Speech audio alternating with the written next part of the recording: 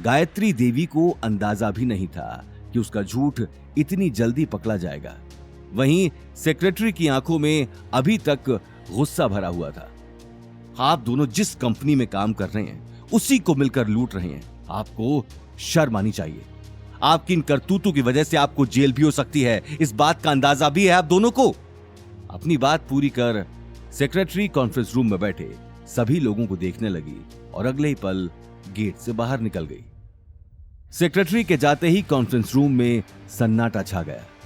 गायत्री देवी और नील किसी से आंखें नहीं मिला पा रहे थे। वहीं अवनी को अपने कानों पर यकीन नहीं हो रहा था। उसके कानों में कुछ समय पहले गौतम की कही हुई बातें गूंज रही थी। सभी की नजरें नील और गायत्री देवी पर टिकी थी। उन्हें देखकर सभी एक दूसरे के कान में खुसुर फुसुर करने लगे और फिर कुछ ही देर बाद सभी लोग एक एक कर कॉन्फ्रेंस रूम से बाहर निकल गए। अवनी को अभी तक अपनी आंखों पर यकीन नहीं हो रहा था। वो भी सभी के साथ कॉन्फ्रेंस रूम से बाहर निकल गई। वहीं दूसरी तरफ नील अपने गुस्से पर काबू नहीं कर पा रहा था और साथ ही गायत्री देवी भी हैरान थी। आखिर ये सब हुआ कैसे? एक रात में आखिर चेयरमैन का मूड कैसे बदल गया? जरूर इसके पीछे कोई ना कोई है।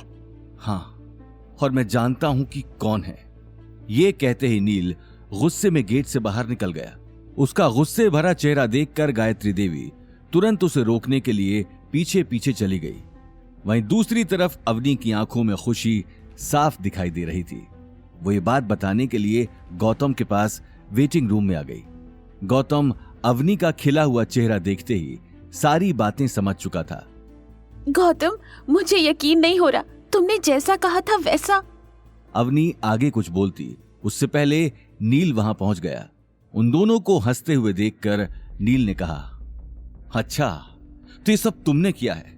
आखिर तुम्हें मेरी खुशी बर्दाश्त नहीं हुई ना अवनी? तुम्हारा दिमाग तो ठिकाने पर है। तुमने मेरा डिजाइन चुराया, धोखे से उस पर अपना नाम भी लिखा, और अब जब सच सबके सामने आया है तो इसका जवाब तुम मुझसे मांगने आए हो। हाँ, बताओ ऐसा क्या किया है तुमने रातों रात?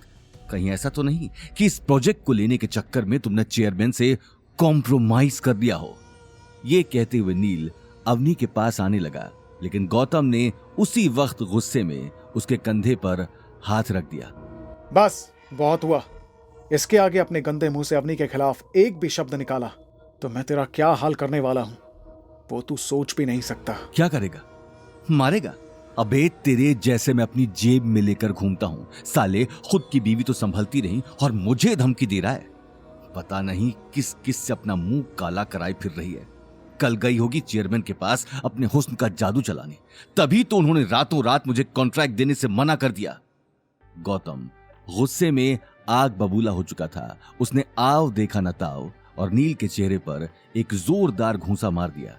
नील अगले ही पल जमीन पर गिर गया और उसकी नाक से खून निकलने लगा। साले तेरी ये हिम्मत!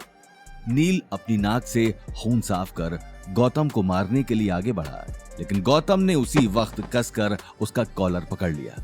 आगे एक भी शब्द बोलने से पहले सोच लेना, वरना ये तो कुछ नहीं है, तेरी इससे भी बुरी हालत होगी। अवनी ने पहली बार गौतम को इतने गुस्से में देखा था। उसने उसी वक्त आगे आकर गौतम का हाथ पकड़ लिया। गौतम छोड़ो, इस आदमी से मुंह लगने का मतलब है अपना मुंह खराब करना। चलो चलते हैं यहाँ से, चलो। ये कहते हुए अवनी गौतम को लेकर वहां से निकल गई, लेकिन उन दोनों को इस तरह लड़ते हुए देखकर ऑफिस में मौजूद सभी लोगों को बात करने का नया टॉपिक मिल चुका था। सभी एक दूसरे के कान में खुसुर फुसुर कर रहे थे, लेकिन नील बिना किसी बात पर ध्यान दिए अवनी और गौतम को जाते हुए देख रहा था। हाँ, निकल जाओ यहां से। गार्ड्स, निकालो इन दोनों को और आज के बाद यहां नजर ना आए ये दोनों। नील ये कहते हुए गुस्से में अपने कैबिन में जाने लगा, लेकिन तभी किसी ने उसके चेहरे पर एक जोरदार थप्पड़ रसीद कर दिया। थप्पड़ इतना तेज था कि कुछ सेकंड्स नील के आसपास अंधेरा छा चुका था। उसने जैसे ही घूम कर देखा तो सामने गायत्री देवी दिखाई दी। दादी सा, क्या हुआ? गायत्री देवी का चेहरा गुस्से से बुरी तरह लाल था। गायत्री देवी को देखते ही आसपास खड़े लोग अपने अपने काम में लग गए। चुप, बिल्कुल चुप।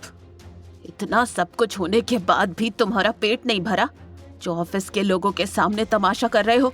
आखिर तुम्हारा दिमाग क्या घास चढ़ने गया है?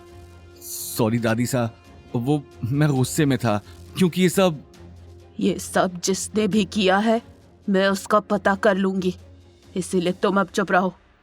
कुछ नहीं करोगे, मैं खुद चेयरमैन के पास जा रही हूँ। आगे की कहानी जानने के लिए देखिए अगला एपिसोड सिर्फ पॉकेट एफएम के यूट्यूब चैनल पर और रॉयल वारिस के सारे एपिसोड्स को सुनने के लिए डिस्क्रिप्शन में दी लिंक से डाउनलोड करें पॉकेट एफएम ऐप।